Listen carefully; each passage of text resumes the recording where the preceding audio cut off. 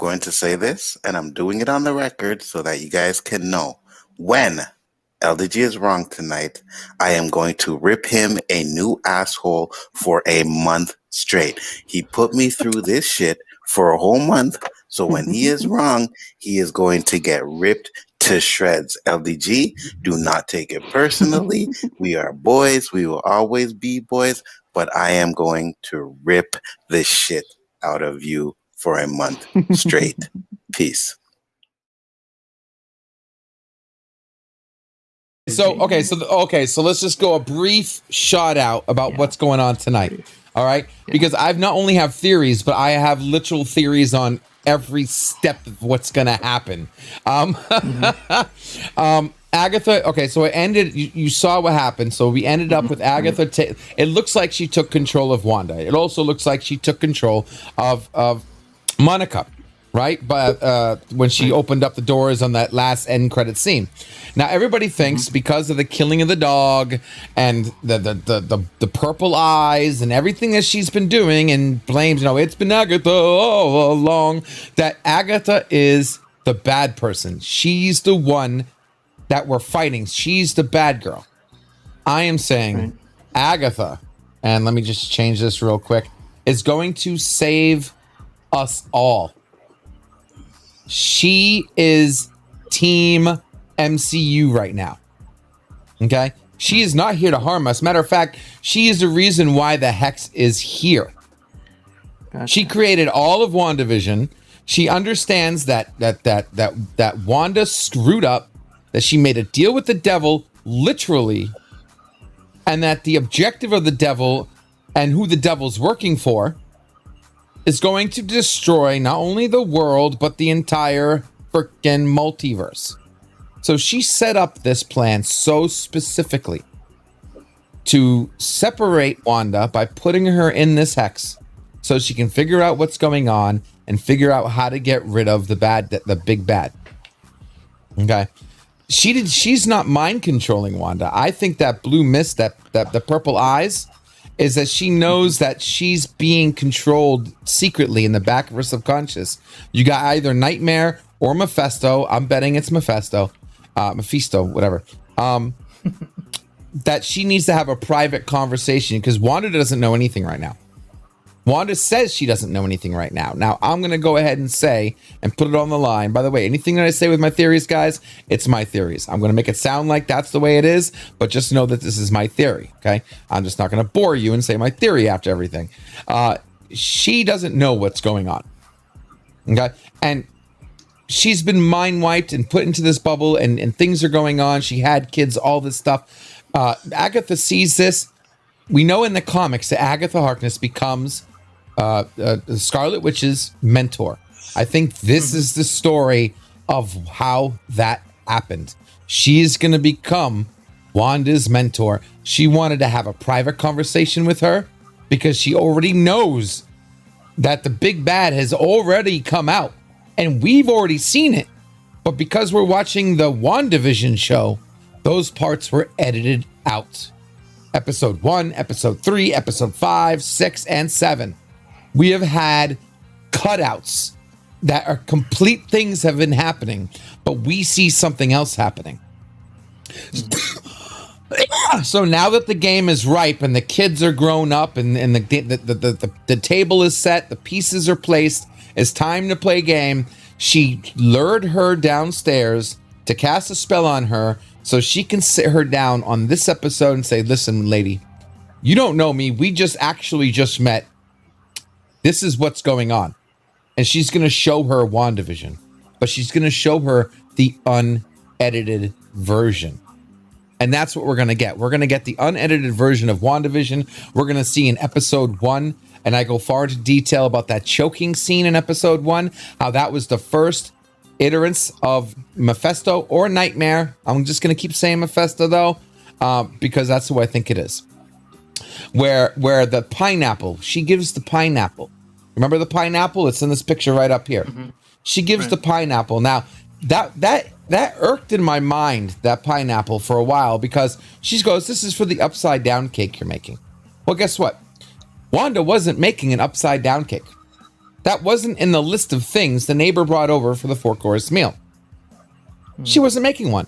That was just a pineapple. And then I looked up online, and I had confirmation over here from the lovely Yvette that pineapples are to induce labor. They have a side effect of inducing labor or speeding up. One of many theories, I One might of add. Right. Yes. Right. So because that is there, I'm thinking, wait a second, what's the next thing that happens in the next episode?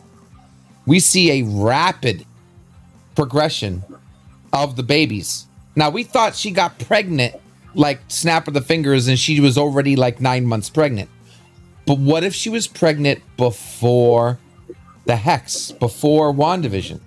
And it was just slowly going, and the pineapple is what generated that. Now, that making that sense, I didn't even notice the pineapple because it was hiding underneath the strawberry. I think we just lost him. He has to go to bed, and that's fine, boss. Take care. The pineapple was hiding underneath the strawberry, guys. And what I think what happened is those faces she was making, even though, yeah, okay, you can say she was like trying to make up a story. Loosely, maybe I can agree with you. But those faces look more related to someone having a stomach ache. Someone realizing they've been poisoned. Having that moment where you just don't care what's happening in front of you because you're too busy reading the sensors inside your body. Okay? And I think, wait a second, holy crap. What if she is possessed, but it's subconscious? It's letting, obviously if Mephisto or whatever, Dormammu, it needs to wait for something. They're going to let her be her and only step in when they have to, right? Things have to be, they talked about levels of depression and levels of loneliness and this causing this, that, and the other. That would all have to be genuine, right? Just like other examples of particular fandoms that are dependent on, you have to come willingly. You can't just say you're coming because you're being forced. It has to be a willful thought. So think that in mind. I'm like, what if the demon inside her realized she got poisoned by magical, because she's a witch, right? So a magical pineapple that was designed for her to have the kids faster and pissed him off. And he comes out, and what does he do? You poison me, well, I'm gonna poison you, and makes Mr. Hart choke. Whether that was through some kind of hand waving or some kind of astral projection. Maybe the demon inside of her came out and astral projection throated him. Anyway, a conflict occurred in which something happened to make it stop, and then in which case they got up and got the F out. And they made it look like nobody knew what was going on. Now, if you know someone is possessed, when they're doing whatever they're doing, when they're possessed, if you don't want the actual person that's possessed to know about it, you're not going to tell them because they're possessed. So you're going to make it look like, oh, well, thank you very much for the wonderful night. I got to go by. You know what I mean? And that's exactly what we saw. And then what do you notice at the door? On the door, and let's see here, right? We're talking about this one right here. On the door, you see a lobster. Now, we automatically assumed it was one of the lobsters that she threw out the window, which I thought that first. Then I was like, why would one of the lobsters just make it its way back? It doesn't make sense. Then I saw the door closed, and it's an eye. And it took me a few weeks to realize there's actually eyes in every single episode. Give me 1 second, boss. I will reply.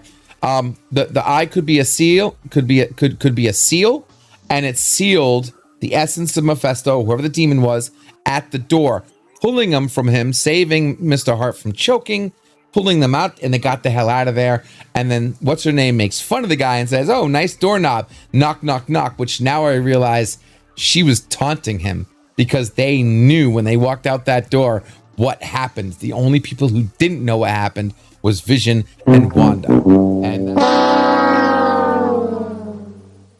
where are the kids? I believe the kids are safe. I believe Agatha took the kids to protect them. Everything is for the children. She knows someone's coming for the kids. She knows something that the kids are in danger. If you looked at her face when they were talking on the couch, That was a loving mother face. Okay. That wasn't what's that? What's that? Oh, we lost. What's her name? TW. Do you remember the kid story about the kids who got baked in the oven? Hansel and Gretel. Hansel and Gretel. That didn't look like a Hansel and Gretel witch that wanted to eat the kids. It looked like a loving mother. So I think she took the kids and she literally either put them in the basement inside some kind of spell or room or something. But the kids are safe and she's just protecting them. That's my theory about the kids. Sorry about that, Sargath. Yeah, go ahead. She killed him. There's a theory out there that she killed him. She killed him. There's a theory that she killed him. There's a theory that she's the big bad. A lot of people are thinking she's the big bad. And I think it's a very unpopular theory, especially from my circle, that she is actually good.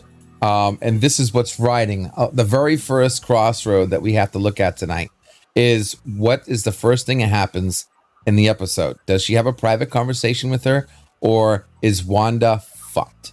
Is she, in fact, being controlled? And it's going to have her way to maybe summon Mephisto or summon Dormammu or anybody else.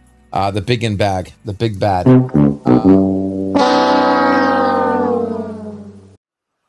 Uh-oh, here it comes.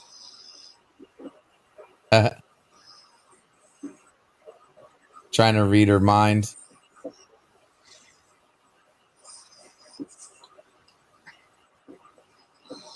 I told you. Yes, she's not trying to summon anybody. She wants to have a conversation with her. Oh, no way. Oh, man.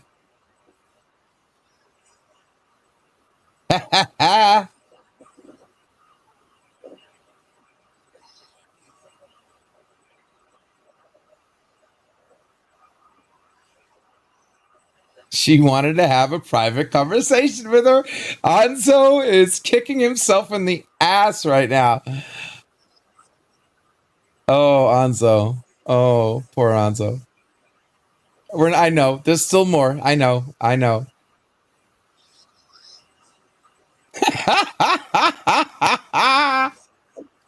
Here we go.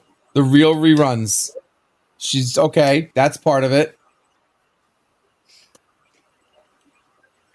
I don't have to be fully right. Just part of it would be nice. Still, and I basically said this, she's a good person, but she does things her way, which is not necessarily good. She killed the dog, but again, I think the dog, Sparky, was in fact the beekeeper who was a bad person who wanted to kill himself after getting caught and stuck into a dog. Oh, wait. Oh, wait a second.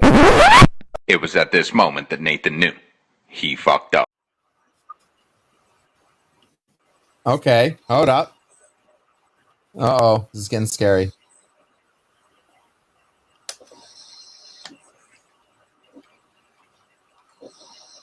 Uh-oh, I might be wrong. It looks like she did do it. It looks like she did create it.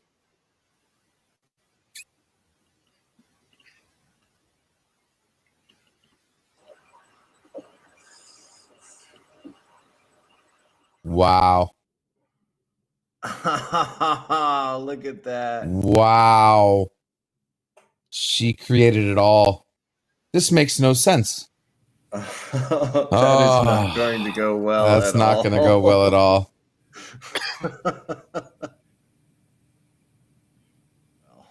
This is not going to go well. Hello. You were wrong about everything. That's fine. This episode, the way they're doing it, just showed us that if you overthought this, you're an idiot.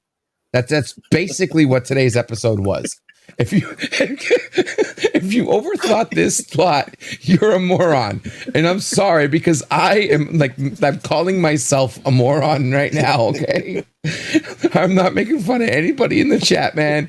But if you overthought this with me, we have brunch on Tuesdays, okay? You're more than welcome to join me.